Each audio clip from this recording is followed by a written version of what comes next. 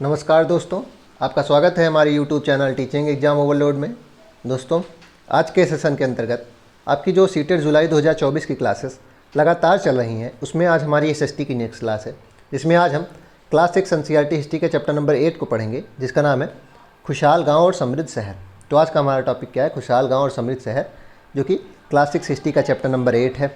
चलिए फिर सेशन को शुरू करने से पहले हमारी एक रिक्वेस्ट है कि हमारे चैनल को लाइक करें, सब्सक्राइब करें तथा ज़्यादा से ज़्यादा शेयर करें। चलिए देखते हैं इसमें पहला पॉइंट क्या है। पहला पॉइंट है लोहे के औजार और खेती। देखते हैं, हमारे उपमहाद्वीप में लोहे का प्रयोग लगभग 3000 साल पहले शुरू हुआ। ध्यान रखिएगा, पूछा जा सकता है। NCERT में दिया गया था कि हमारे उपमहाद्वीप में, भारतीय उपमहाद्वीप में लोहे का प्रयोग लगभग 3000 साल पहले शुरू हुआ और करीब 2500 वर्ष पहले लोहे के औजारों के बढ़ते उपयोग की प्रमाण मिलते हैं। मतलब लोहे का प्रयोग 500 साल बाद बहुत तेज़ी से यूज होने लगा, बहुत ज़्यादा यूज होने लगा था। अगला टॉपिक उसमें दिया गया था, गांव में कौन रहते हैं। देखते हैं, इस उपमहाद्वीप के दक्षिणी तथा उत्तरी हिस्से के अधिकांश गांव में कम से कम 3 तरह के लोग रहते थे।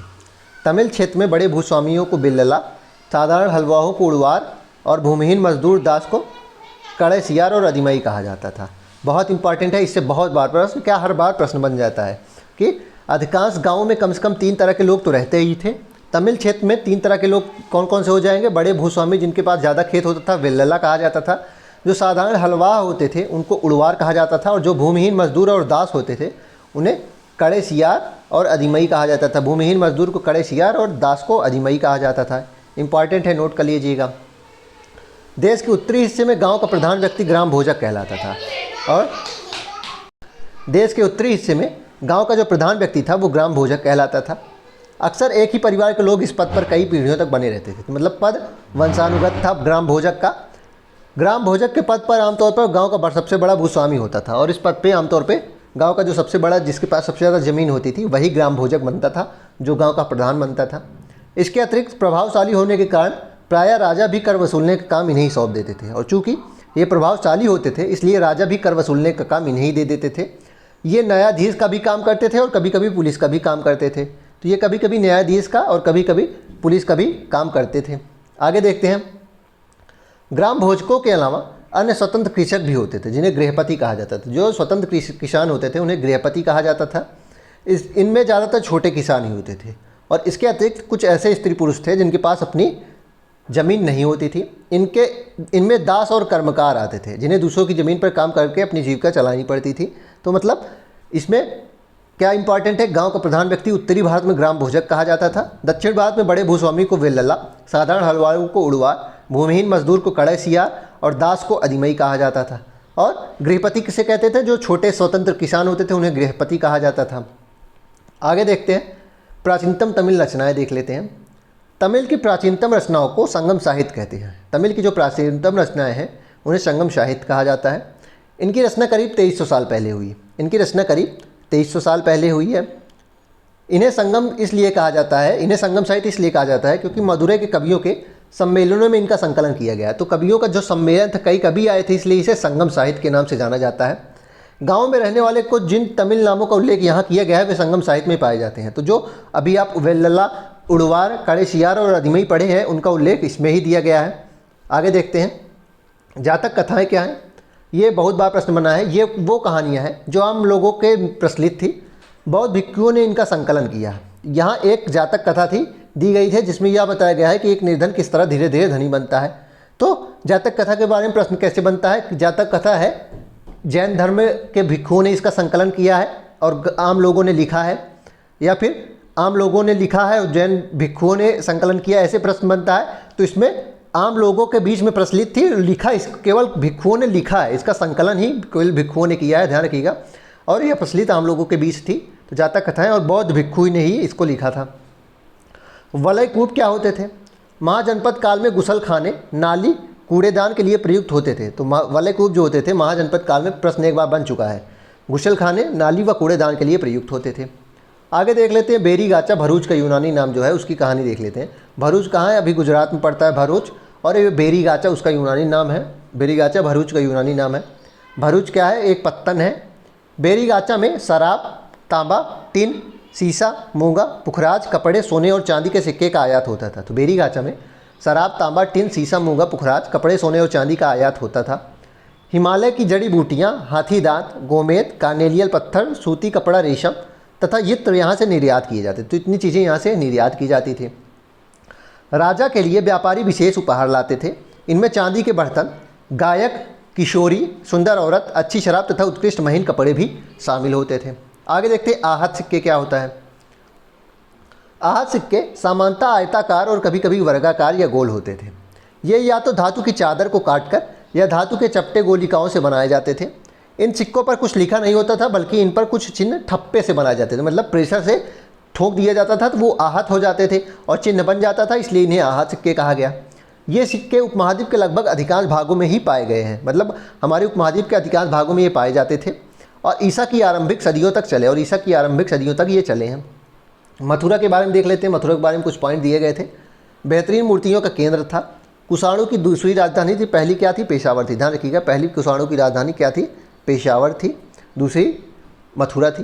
कृष्ण भक्ति का प्रमुख केंद्र था, धार्मिक केंद्र था और जैन व बौद्ध विहारों भी इसमें थे। ध्यान रखिएगा, मूर्तियों का केंद्र था, कुषाणु की सेकेंड राजधानी थी, कृष्ण भक्ति का केंद्र था, धार्मिक केंद्र था और अनेक जैन और बौद्ध विहार भी इसमें थे।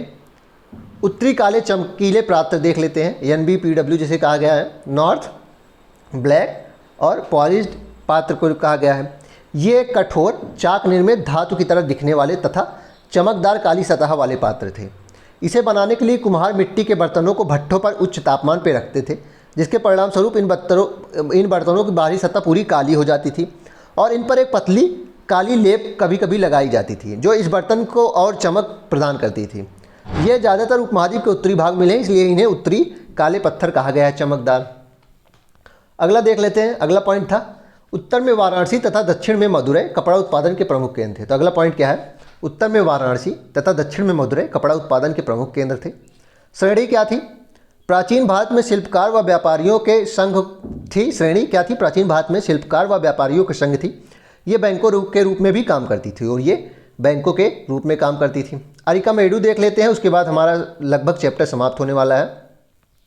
अरिकामेडू पुडुचेरी का पत्तन था, पोर्ट था।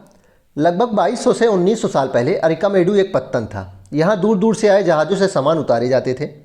यहाँ ईंटों से बना एक ढांचा मिला है, जो संभवतः गोदाम रहा होगा।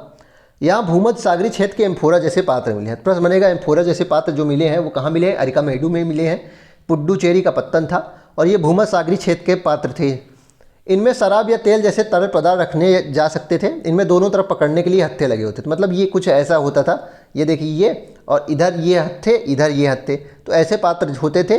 भूमध्य सागरीय क्षेत्र के एम्फोरा जैसे पात्र थे, अरिकामेडू पत्तन में मिले थे। साथ ही यहाँ एरेंटाइन जैसे मुहरे भी लगी लाल चमकदार बर्तन भी मिले हैं और एरेंटाइन जैसी मोहर लगे लाल चमकदार बर्तन भी मिले हैं।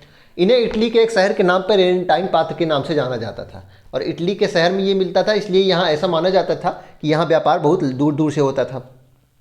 ऐसे बर्तन भी मिले हैं जिनका डिज़ाइन तो रोम का था, लेकिन ये बनाए यहीं जाते थे, और ऐसे भी बर्तन मिले हैं जिनका डिज़ाइन रोम से लिया गया था, लेकिन वो बने यहीं हैं। यहाँ रोमन लैंप, शीशे के बर्तन तथा रत्न भी मिले हैं। साथ ही छोटे छोटे कुंड भी मिले हैं, जो संभवतः कपड़े की रंगाई के पात्र रहे होंगे। यहाँ पर शीशे और मनके बनाने के पर्याप्त साक्ष्य भी मिले हैं, और शीशे और मनके बनाने के पर्याप्त साक्ष्य भी मिले हैं। और अरिकामेडू का रोमन नाम क्या था? पोडुका था। ध्यान रखिएगा, अरिकामेडू का रोमन नाम क्या है? पोडुका है। इंपॉर्टेंट है, नोट कर लीजिएगा। आगस्टस के बारे में देख लेते हैं, उसके बाद हमारा सिलेबस इस चैप्टर को समाप्त करेंगे। आगस्टस 2000 वर्ष पूर्व रोम का महत्वपूर्ण शासक था। इसने क्या कहा है? इसका कथन इंपॉर्टेंट है कि रोम शहर ईंटों का शहर था, जिसे मैंने संगमरमर का बना दिया। तो आगस्टस 2000 वर्ष पूर्व रोम का महत्वपूर्ण शासक था। इसने कहा है कि रोम ईंटों का शहर था, जिसे मैंने संगमरमर का बना दिया। अरिकामेडू का रोमन नाम क्या था? पोडुका था। अरिकामेडू था क्या? अरिकामेडू पुडुचेरी का पत्तन था। अरिकामेडू पुडुचेरी का पत्तन था। यहाँ भूमध्य सागरीय क्षेत्र के एम्फोरा जैसे पात्र मिले हैं और एरेंटाइन जैसे मोहर लगी लाल चमकदार पत्थर भी मिले हैं। श्रेणी क्या थी? जो शिल्पकारों और व्यापारियों का संघ होती थी उसे श्रेणी कहते थे। ये बैंकों का काम करती थी।